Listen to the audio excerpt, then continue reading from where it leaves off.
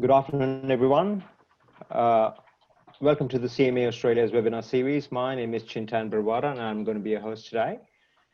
This afternoon, we've got the webinar for rising importance of integrated reporting, climate change reporting, and environmental management accounting. This webinar is going to be quite important in a sense where in the current scenario, these things will take precedence on other reporting standards as well. The presenter for this evening is Professor Brendan O'Connell. Professor Brendan O'Connell is a professor of accounting at RMIT. He's also been named the head of school accounting at RMIT recently, and he's also the president for the Institute of Certified Management Accountants. Brendan has extensive teaching and research experience in leading Australian and US universities, including RMIT Monash and University of Richmond, Virginia. His research focuses on corporate scandals, corporate collapses, and business ethics, and he has written a number of case studies based on these. So over to you, Brendan. Just before that, just a bit of housekeeping there. What we're doing is, this is going to be a 1-hour webinar. We'll have the presentation from Brendan for about 40 minutes. And after that, we'll have questions. If you've got any questions, please feel free to use the Q&A box and type in your questions, and we will address those at the end of the 40-minute presentation. Over to you, Brendan. You can share the screen slides now. Okay. Well, thanks, Chintan, and it's great to be with you all today.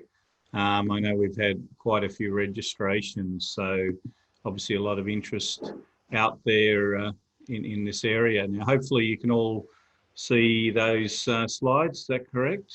That is correct, yeah. Yep, great.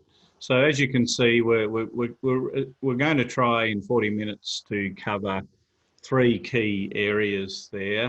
So the first area is going to be looking at the, move on the next slide here. So the next area is going to be integrated reporting, which is, I guess, a fairly important innovation in the area of reporting in the area of sustainability.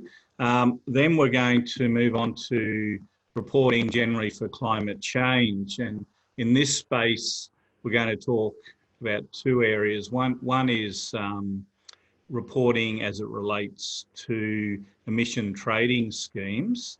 And then the second part is going to focus on the regulatory requirements for climate change reporting, and I'm going to use as an example Australia in that area.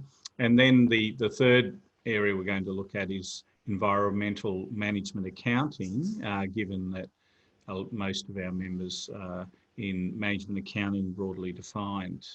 So if we start with the integrated reporting, this first emerged in 2010 with the formation of an international body called the International Integrated Reporting Council. This body has developed a framework to establish guiding principles and content elements that govern the overall content of an integrated report.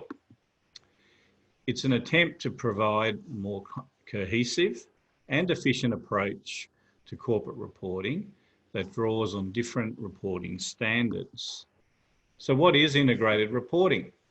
It brings together material information. So material, when we say material there, we mean information that has bearing on how people would look to value the organisation.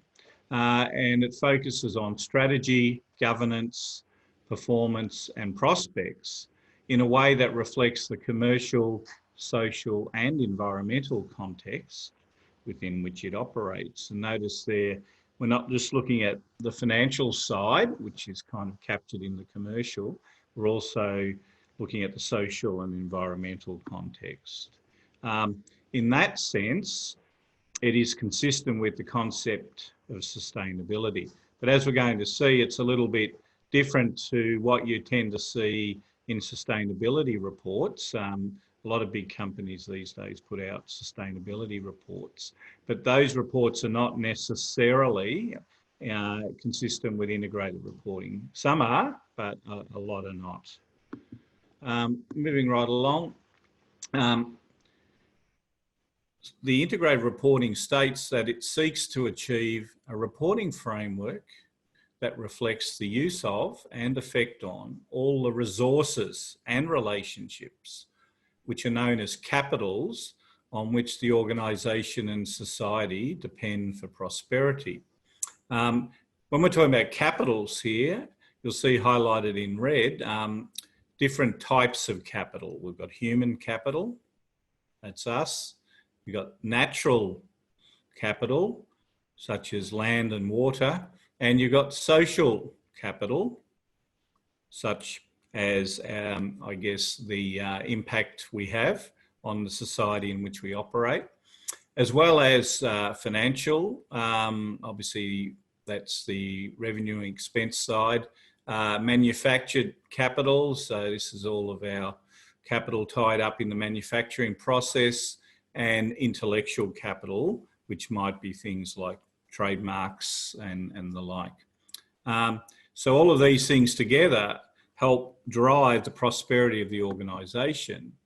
And so under this framework, we reflect and communicate the interdependence between the success of the organisation and the value it creates with all of these different forms of capital.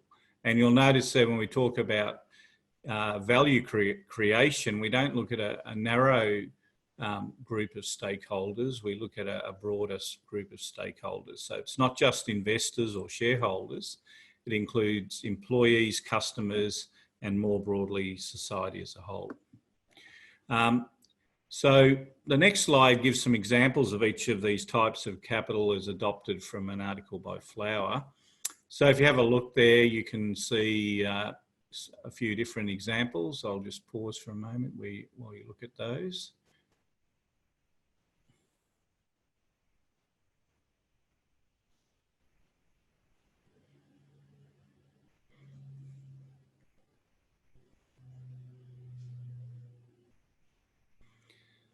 Okay, and you'll notice in the diagram there that or the table there, we've got both internal and external forms of capital there that we need to consider. A firm's integrated report should indicate how the firm, through its activities, has created value as measured by the increase less the decrease in the value of these 6 capitals. Thus, the concept of capitals covers not only the firm's capital in the conventional sense, but also the capital of society, for example, the environment. Hence, many of the capitals included in the integrated report are not actually owned by the capital. So if you think about things like air and water, they're important resources, but they're not owned by the firm. And to that end, we need to think about the concept of externalities. This includes taking account of the extent to which effects on the capitals have been externalised. For example, the costs and other effects on capitals that are not owned by the organisation. For example, pollution. So pollution is an example of an externality that is negative for society as a whole. The organisation creates pollution if it's in an industry that emits things into the air, but the cost of that under traditional accounting is not reported. But under integrated reporting, there should be some recognition of it made. Externalities may ultimately increase or decrease value created for the organisation. And we should note that not all externalities are necessarily negative.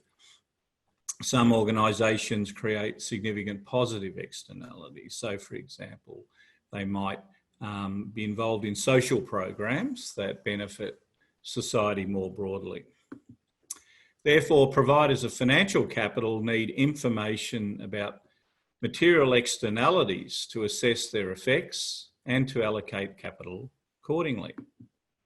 So now that I've given you a little bit of a feel for what integrated reporting is about, let's show you an example. This one's taken from the annual report of a company called People's Leasing and Finance PLC. And the reason that I've used this one is it's considered to be an exemplar of integrated reporting, and the link is provided there if you want to look in more detail at it. So here, I've just taken a few screenshots here to show you what it might look like. So this first screenshot is the overview of the integrated report as provided by this particular organisation. And you can see initially there that the different capitals that I've just talked about have been specifically identified there. And so the integrated report by this company provides discussion, analysis, and performance on each of those 6 capital elements. So this next slide focuses on the human capital, and it starts off by talking about the firm's policy around human resources. And you'll see by looking at it there that they have a high focus on aspects such as training and education, diversity, equal opportunity, etc., for their human capital. And on this next slide, they break this down a little bit more into different components. So you can see the first one there, which they call cadre composition and diversity. So this is really their assessment of how diverse and I guess well organised their employees are. So they provide statistics around gender, age, ethnicity, etc. They also talk about recruitment, retention, training and development, engagement, etc. with each of their employees. So they talk a bit about the management approach to each of these, and then they provide actual numbers around key performance indicators for the organisation in these areas. So if you have a look at this slide, you'll see that they've got a number of measures. The first one's around the size of their workforce, and you can see across the 2 years that are shown in this diagram, they've had a 10% increase in employee numbers. They also have data on recruitment and promotions. So for example, you can see there's been a lot of employees promoted across that period. Employee attrition rates, and you can see employee attrition has declined, which is good. So you can, when you start to look at these, you start to think, well, not only does this provide an historical perspective about how the organisation has done over those couple of years, but it also gives you a feel for how they might do in the future, because an organisation where you've got low and declining employee attrition and you've got increasing investment in, say, training hours is probably, all other things being equal, going to perform better in the future. Whereas if those figures were heading in the other direction, that might be a cause for concern. The next slide shows what they have to do about the environment. So they call that natural capital, and they talk about management's approach to the environment. And then they provide various statistics on their environmental impact. So if you have a look at this slide, you can see that they've got particular measures around carbon footprint, energy usage, paper recycling, green training programs, all sorts of things. And you look at that to see how they're performing. And if we take one that's pretty topical, which is carbon footprint, it would appear as though their carbon footprint has increased across the year by about 10%. So that would be an area that they should be looking to improve in the other direction going forward. Okay, so that's an example. I've just picked a couple of the capitals there, but you know, they report on each of the capitals. So why would a company be interested in doing this? What are the potential benefits? Well, it helps in providing forward-looking information because you can get a clue for how the organisation is tracking by looking at a lot of these measures. It also seeks to demonstrate how organisations create and sustain value. So I think that's important for all stakeholders. It helps reduce reputational risk and enables the company to make better financial and non-financial decisions. It may break down operational and reporting silos in the organisation because it's forcing you to look across the company and its impact on all of these different capitals. It may lead to improved systems and processes, and it may help drive organisational change towards more sustainable outcomes, which is hopefully what we would like to see. So what about problems with integrated reporting? Because it's not all good news. The first thing to note is it's not mandatory in most countries. That may change in the future, but at the moment it is not mandatory. It has been criticised for too big a focus on financial capital providers to the detriment of other key stakeholders. To date, it has mainly been employed by large publicly listed companies and not so much small to medium-sized organisations and those in the government and non-government sectors. But it is growing. I know of some non-private companies, some public sector entities, professional bodies that are now producing integrated reports. With regard to the 6 capitals that we talked about, there's an element of subjectivity here which creates difficulties for organisations to explain some of their capitals beyond narratives. So what we like to see with good integrated reporting is that you not only talk about how you manage that particular capital, but you do provide lots of key performance indicators and the progress of those in the report itself. So what's been the impact to date? This is based on a study called the State of Sustainability and Integrated Reporting 2018. In it, they looked at 395 companies. These tended to be large companies, as you can see, because they're taken from the Standard & Poor's 500 index. And they found that 78% of those were involved in some form of sustainability reporting. They also noted that most of these reports lack external assurance, and this is the common issue in the area. Creates a great opportunity for us as accountants that there's a lack of assurance going on in this growth area of reporting. In fact, only 36% of sustainability reports included external assurance.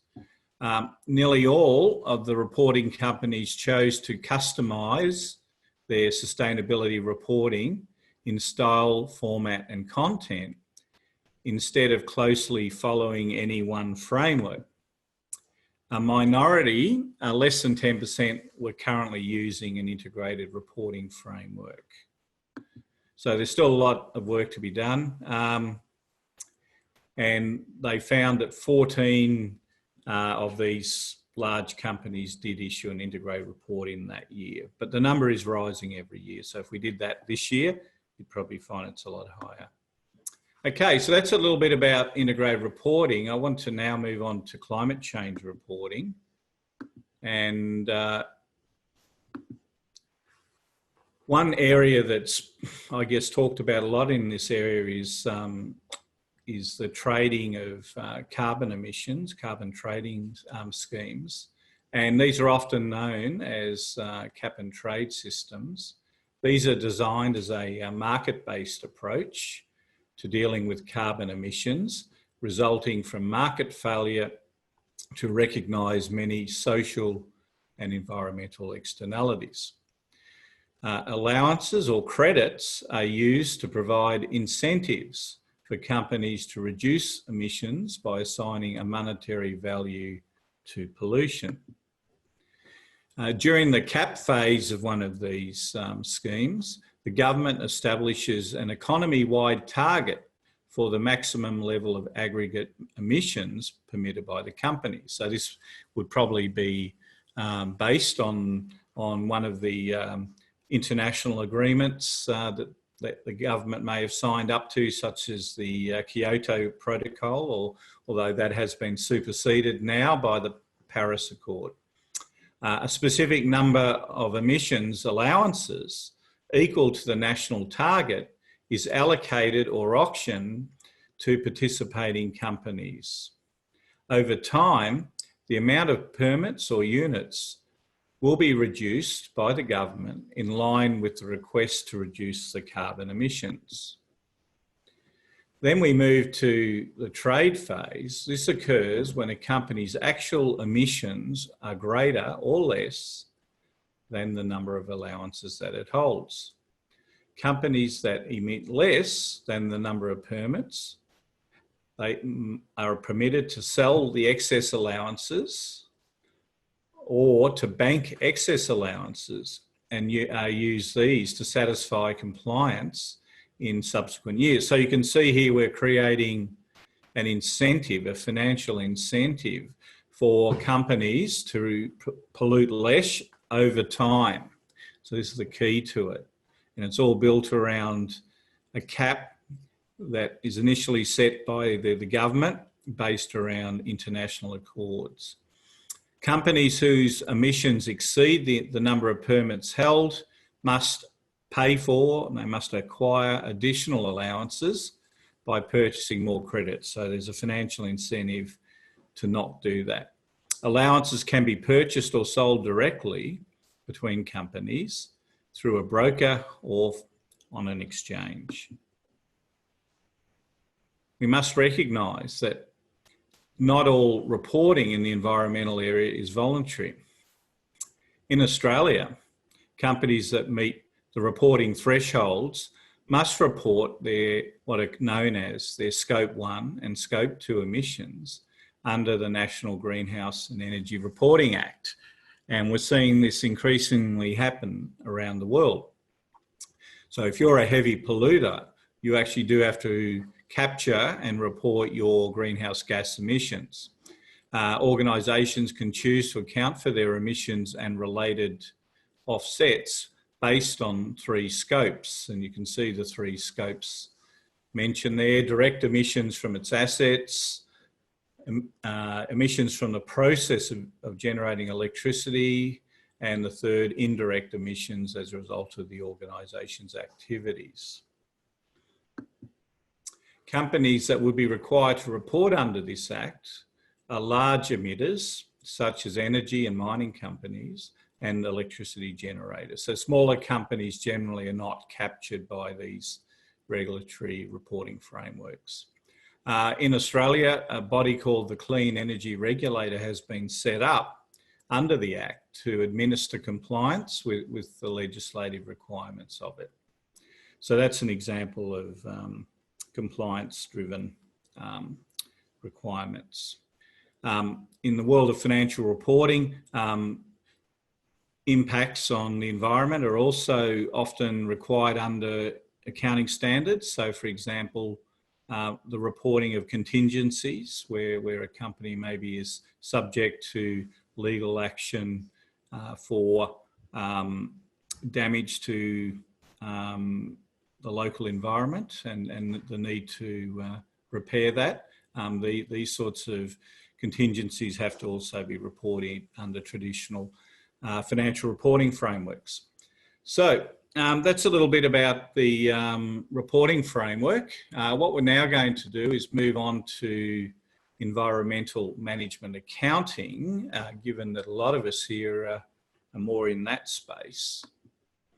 Let's start with a definition of it. And this one's taken from IFAC, the International Federation of Accounting. And they define environmental management accounting as the management of environmental and economic performance via management accounting systems and practices that focus on both physical information on the flow of energy, water, materials and wastes, as well as monetary information on related costs, earnings and savings. So you can see there the focus is on the accounting systems and practices and how they capture and report to management on these different areas of energy, water, etc. Environmental management accounting is all about ensuring that the use of energy, water and materials, etc., is directly related to many of the effects of the organisations, and that these effects are known, they're captured and they're reported. One of the first steps required when implementing an environmental management accounting system is to define which environmental costs will be accounted for or managed. The American Institute of CPAs and CIMA, in a publication that they put out, categorised environmental costs as into 4 different categories. The first was prevention costs, which are costs associated with preventing adverse impacts on the environment. The second were appraisal costs associated with assessing compliance with policies related to environmental performance. The third were internal failure costs. These are costs associated with eliminating environmental impacts caused by the organisation. And the fourth one were external failure costs, which are costs associated with environmental damage caused outside of the organisation. So things like pollution. Thus, the costs to be accounted for may be restricted to those currently recognised by an organisation pursuant to conventional accounting practices, or they could be extended to include externalities. And remember, I mentioned externalities earlier, which are things like pollution. Costs to be accounted for may be restricted to those currently recognised by an organisation, and including externalities. So that's a bit repetitive, that one, isn't it? Where focus is on costs currently being recognised, it might be that the way they are currently being accounted for is impeding efforts to improve an organisation's operations. It is possible for potentially important environmental costs to be hidden in the accounting records, where a manager cannot find them easily. One particularly common way in which environmental costs may be hidden is if they are assigned to overhead accounts rather than directly to the processes or products that created the costs. The opinion that overhead accounts can conceal or even distort information relating to environmental costs is not new and is consistent with the views of the United Nations. And here's a nice quote from them on that. Conventional management accounting systems attribute many environmental costs to general overhead accounts, with the consequence that product and production managers have no incentive to reduce environmental costs, and executives are often unaware of the extent of environmental costs. A rule of thumb of environmental management is that 20% of production activities are responsible for 80% of environmental costs. When environmental costs are allocated to overhead accounts shared by all product lines, products with low environmental costs subsidise those with high costs.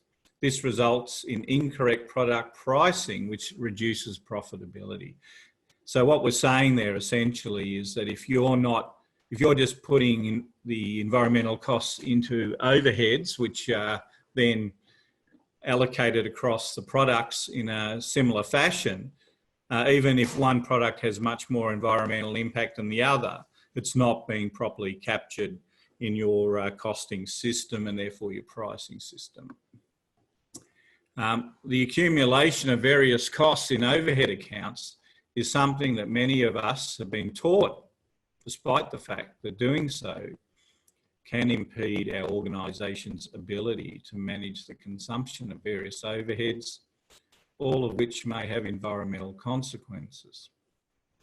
That is, the practice of using overhead accounts can counter other initiatives implemented to address CSR. And CSR, as you're probably aware, we mean is your corporate social responsibility. Where a variety of costs are being accumulated in overhead accounts, subsequent allocation of the accumulated costs to particular products are frequently made in terms of such bases as sales volume, production output, floor space, etc., or by particular departments, machine hours or labour hours. And that all, I'm sure, sounds very familiar to you. This might, however, be an inaccurate way. That's the important thing. This could be an inaccurate way to allocate some typical environmental costs. While making the task of cost allocation easier, using such simplistic allocation bases as those identified above may lead to the misallocation of many costs, including those relating to the environment. An example would be hazardous waste disposal costs, which could be high for a product line that uses hazardous materials and low for one that does not. In this case, the allocation of hazardous waste disposal costs on the basis of production volume would be inaccurate, as would be product pricing and other decisions based on that information. As noted on the previous slide, environmental costs could be hidden in the accounting records where they cannot easily be found, such as assigned to an overhead.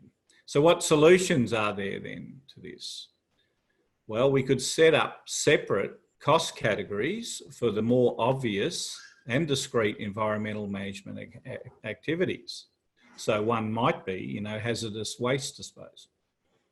Less obvious costs to be more clearly labelled as environmental so that they can be traced more easily. An assessment of the relative importance of environmental costs and cost drivers of different process and product lines, in line with the general practice of activity-based costing, which we're all familiar with, can help an organisation determine whether the cost allocation bases being used are appropriate for those costs. Simply changing the way we accumulate and allocate costs can provide us with an enhanced ability to understand and control various environmental costs. Apart from the way we accumulate costs, opportunities relating to reducing such things as waste can also be enhanced if we classify particular costs differently. Relatively inexpensive changes to an entity's accounting system can be made that might lead to real changes in the ability to control resource usage.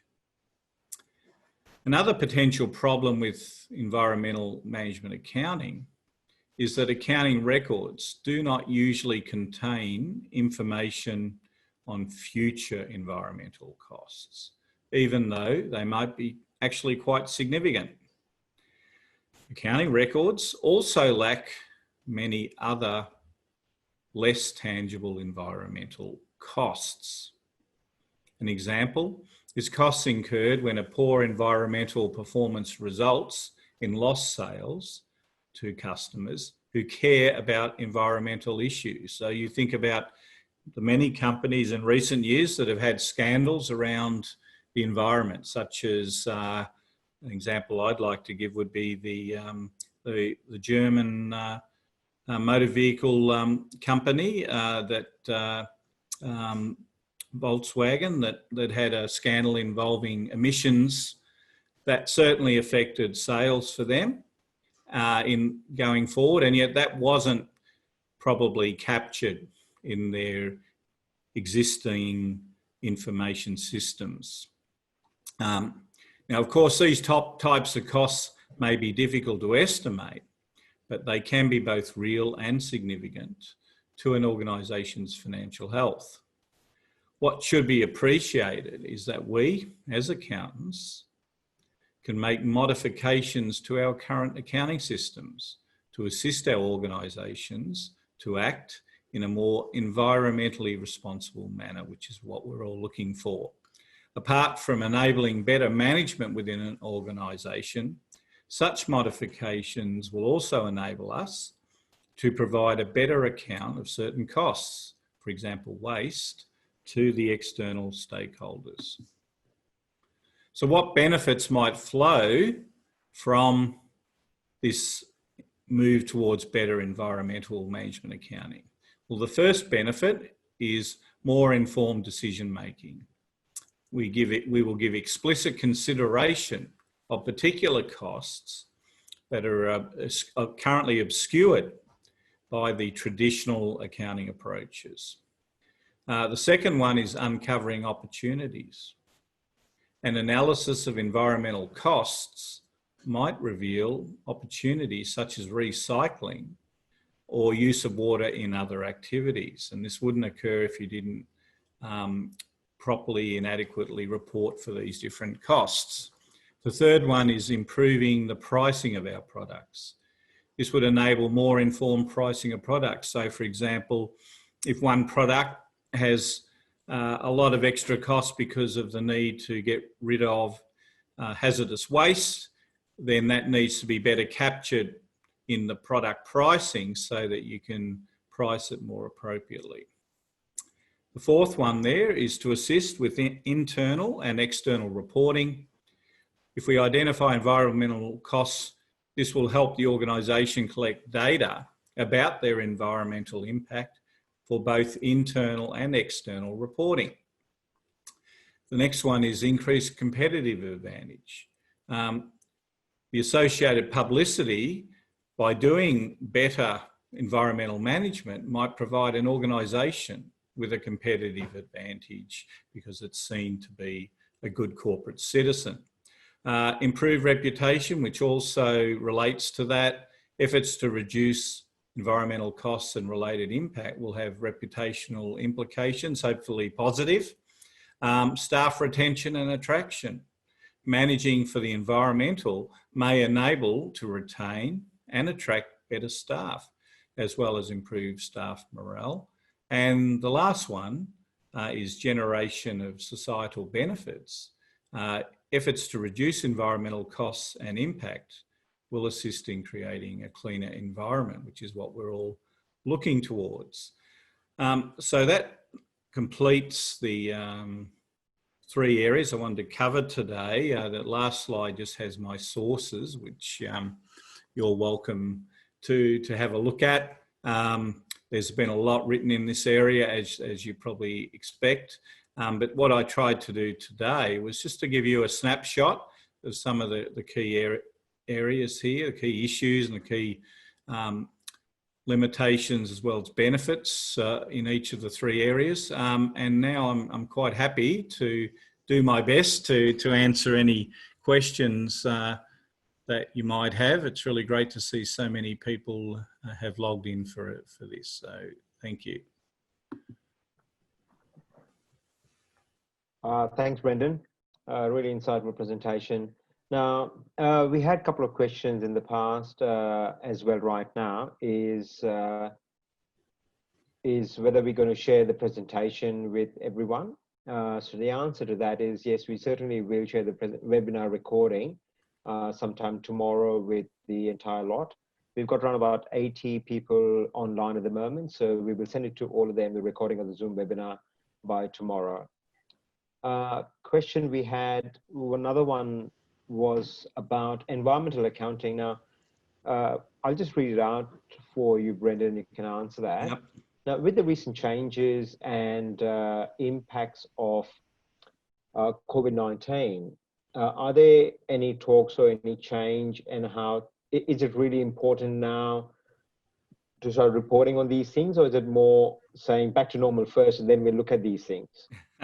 Look, I think companies are already reporting on this. Particularly listed companies, as we know, have continuous reporting requirements.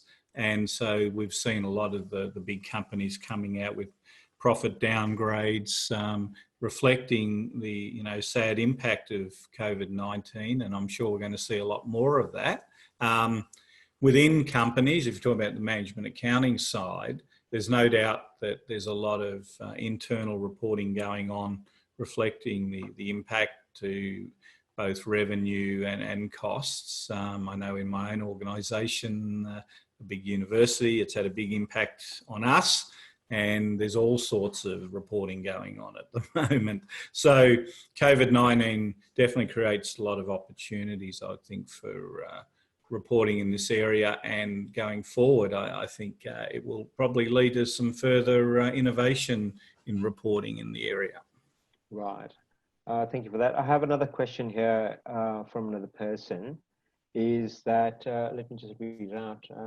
With the voluntary reporting as it stands now, do you think that there's a move in certain markets or certain areas where that's going to be turned into mandatory? Sorry, I missed the last bit there, Chintan. Can you just say that last bit? Yeah, so you know how you said that there are trends in reporting for these things are more voluntary in nature. Yep. Are there any talks within the circles where they're going to become mandatory in certain markets? Yeah, well, look, we already have some element of mandatory reporting, particularly on greenhouse gas emissions in many countries. And so when I talked about the National Greenhouse Act in Australia, that's an example of mandatory reporting. So any large emitters have to report. It's not voluntary. But if you look at sustainability reports, which are very common these days, most big companies put out a sustainability report, they are not mandatory. Right. So that's purely a voluntary exercise by them. And of course, people would ask, why do companies do that? Well, I think a lot of it is around demonstrating to their stakeholders that they are good corporate citizens. Right, okay. And we've got another person here from New Zealand. He's asking me this question there. What are the tools available for better reporting? Are they like off-the-shelf packages that you can probably use in systems like SAP and Oracle that you can use, or are there any standalone things? Yeah, look, I don't think an organisation, particularly a smaller organisation, needs to go to the trouble of creating a whole new system.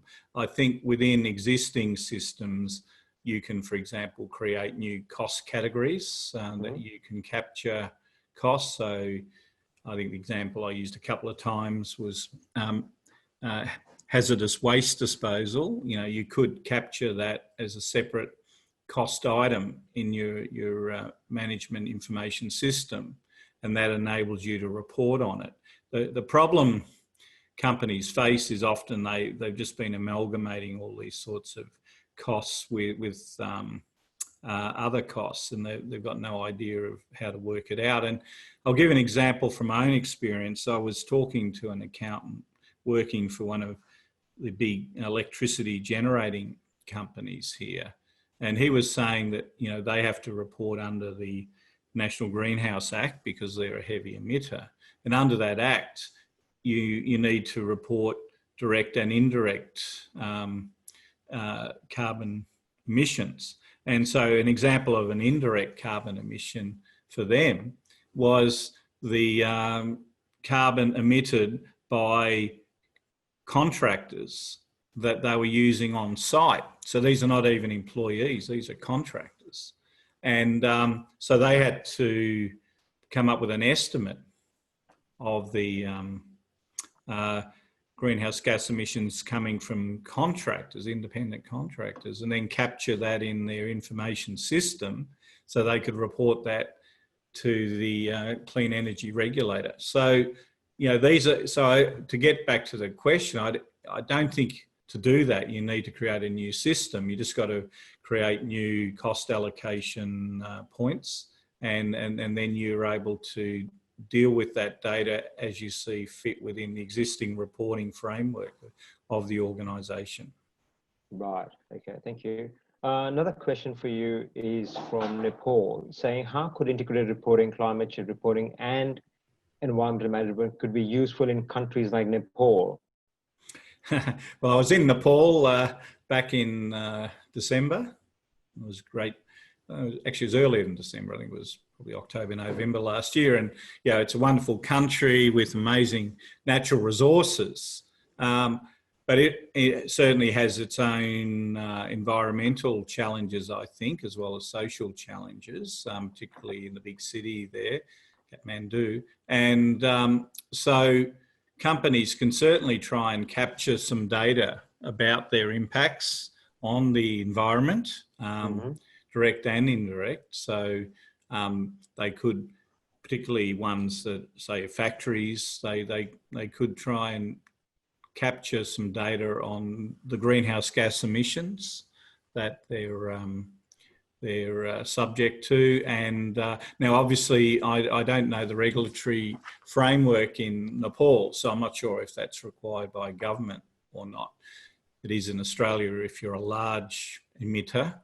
But certainly, even if it's not required, you might still consider to do that because going forward, given the levels of carbon dioxide in the atmosphere and the impact on climate change, mandatory reporting regimes are going to become more common rather than less common. There's also nothing stopping the organisation from producing a sustainability report now. I would encourage people to look at a sustainability report online. Just go to any major company and search for their sustainability report on their website, and you'll see many examples out there. Right. Thank you. Another question that we've got here is from Katur from Indonesia. Is there certain differences in the integrated reporting for state-owned enterprises, which in its nature is different from private-owned companies, especially the one that has a role as an agent in development in developing countries such as Indonesia?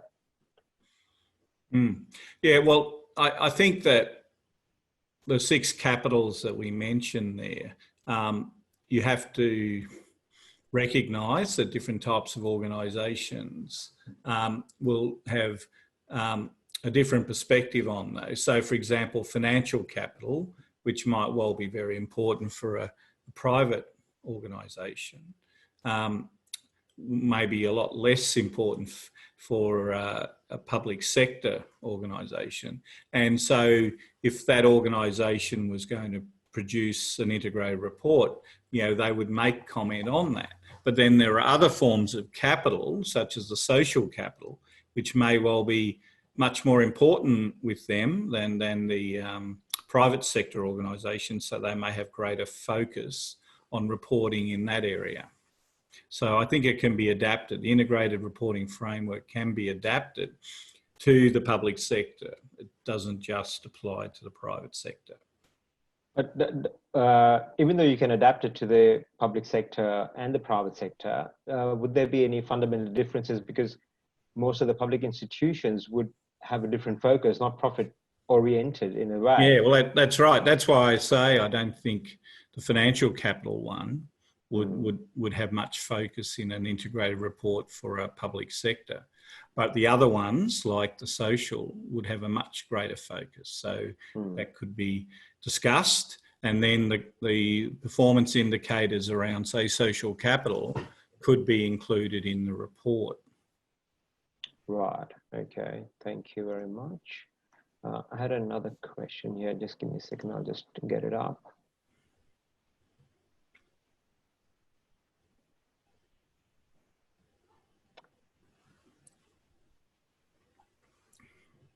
So in terms of, I've got a question here from Australia from Mark.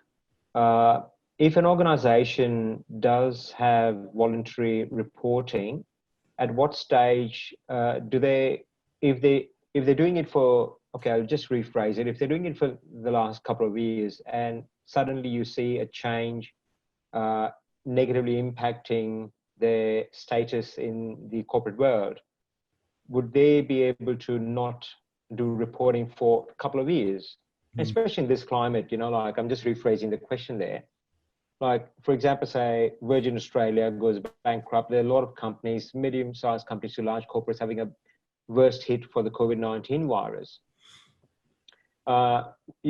If they are doing voluntary reporting for the last few years and now they stop it, is there kind of a shareholder issue here where they are answerable to do voluntary reporting again?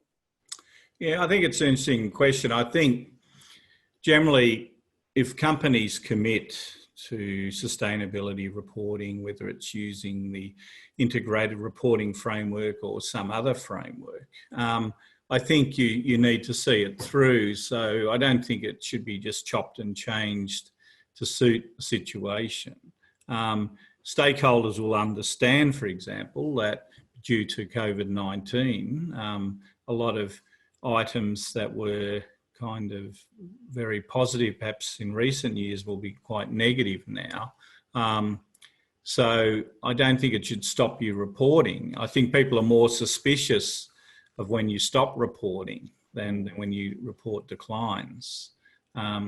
So I think if the organisation has a firm commitment to sustainability, which a lot of companies do now, then they really should stick to that commitment and continue to report, recognising that some figures at the moment may not be looking as good as they once were.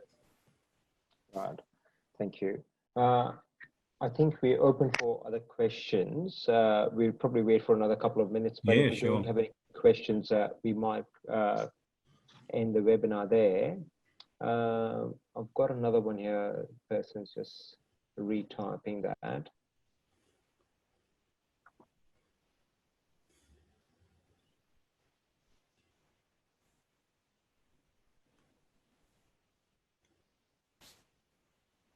The question over here is, to what extent should an integrated report discuss capitals that are not owned by the organization? Yeah, I mentioned that in the presentation. I think it depends on the organisation, but there's nothing stopping the company from reporting on externalities. Right. So an externality is something where you produce positive or negative benefit to society as a whole through your activities. So pollution is the classic example of a negative externality. Now, a company will typically, in an integrated report where it talks about its environmental impact, will produce some figures on their carbon emissions. It may be an estimate, because sometimes these are not easy to calculate, but scientists can certainly help us with doing that. And so that's an externality. And I think you saw in the case example I gave of the integrated report that they were producing a performance indicator on greenhouse gas emissions. So that's an example of an externality that is being reported. So there's nothing stopping companies from doing it, right. And they should be encouraged to do that. Okay, thank you. I've got another question here from Mr. RC. As we are working in the field of financial accounting and it's our obligation to comply with IFRS sooner or later, is there any provision in the international financial reporting standards in order to deal with the environmental matters within the annual reports of an organization? Yeah, there definitely is. So certainly in the, I don't have the particular standard number in my head, but definitely the standard that deals with contingencies and provisions does state that contingencies and provisions that might relate to matters of an environmental nature, if they're material and they meet the recognition requirements, then they should be reported in the financial statements as a contingency. So the example I would give is if the company has been taken to court for environmental damage, say because of a mine or something like that, then that should be reported, particularly if there's been an adverse judgment against the company. That means in the future they may have to either pay a large fine or pay to repair the damage already done. So that definitely has to be reported. Another area would be asset impairment. So in the accounting standards around valuation of assets, a lot of us would be familiar with the concept of asset impairment, and impairment could be due to environmental issues depending on what the asset is. So that would require write-downs to reflect that. Right. I think we've got another couple of questions there. The question from anonymous attendee is: Does the company have to adopt ABC before applying environmental management accounting? What are the implications for small-scale companies? Yeah, it's a good question. Look, I think activity-based costing is probably going to give a more accurate picture of the costs. I made the point that traditionally companies will allocate costs on fairly broad drivers such as sales or volume or something like that. But often that's not a very accurate way of capturing the true cost of producing a product or providing a service. So activity-based costing would be superior because the cost driver is better matched to the actual driver of that cost. And just as that would apply to any cost, it would also apply to costs in the environmental area. So for example, hazardous waste is the example I gave. Okay, thank you very much. I think we've got no further questions, so that's a really good thing in terms of timing. So thank you very much, Brendan. That's all right. For exciting presentation, and to everyone else as well. We will be sending you the link to the Zoom presentation recording sometime tomorrow. We have a few more webinars lined up in the next fortnight and the week after. I'll also make sure that those links are included for you to register online as well. Thank you everyone for this, and we'll see you soon again. Thank you, everybody. Hope you enjoyed it. Bye for now. Okay, bye.